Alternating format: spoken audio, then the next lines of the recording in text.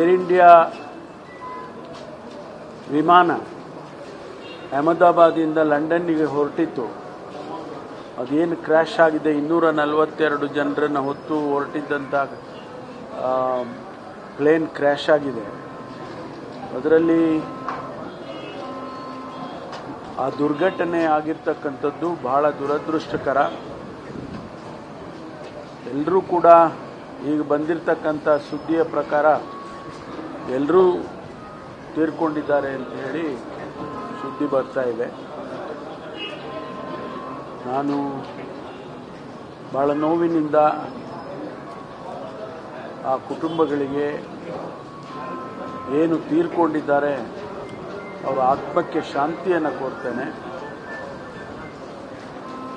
ಅವರ ಕುಟುಂಬದವರಿಗೆ ಭಗವಂತ ಅವರ ನಷ್ಟವನ್ನು ಭರಿಸ್ತಕ್ಕಂಥ ಶಕ್ತಿ ಕೊಡಲಿ ಅಂತ ಹೇಳಿ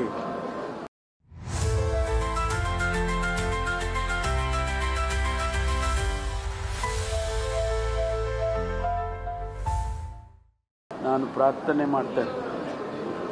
ಇದು ಬಹುಶಃ ಏರ್ ಇಂಡಿಯಾ ಇತ್ತೀಚಿನ ದಿನದಲ್ಲಿ ಏರ್ ಇಂಡಿಯಾದವರು, ಟಾಟಾದವರು ಏರ್ ಇಂಡಿಯಾ ಕಂಪನಿ ಏರ್ ಇಂಡಿಯಾವನ್ನು ವಹಿಸ್ಕೊಂಡ ಮೇಲೆ ಇಂಥ ಒಂದು ದೊಡ್ಡ ದುರ್ಘಟನೆ ನಡೆದಿರ್ತಕ್ಕಂಥದ್ದು ಮೊದಲನೇದು ಅಂತೇಳಿ ನನಗನ್ಸುತ್ತೆ.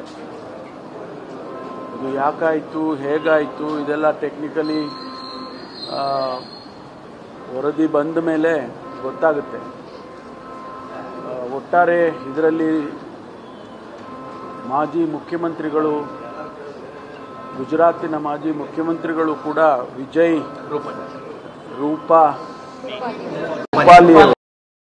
ರೂಪಾಲಿ ಅವರು ಕೂಡ ಇದ್ರು ಅಂತ ಹೇಳಿ ಕೇಳಿದ್ವಿ. ಒಟ್ಟಾರೆ ಎಲ್ಲರೂ ಕೂಡ ಬಹಳ ಮುಖ್ಯ. ಅವರೊಬ್ಬರೇ ಮಾಜಿ ಮುಖ್ಯಮಂತ್ರಿಗಳು ಅಂತಲ್ಲ, ಎಲ್ಲರೂ ಕೂಡ ಅವರವರ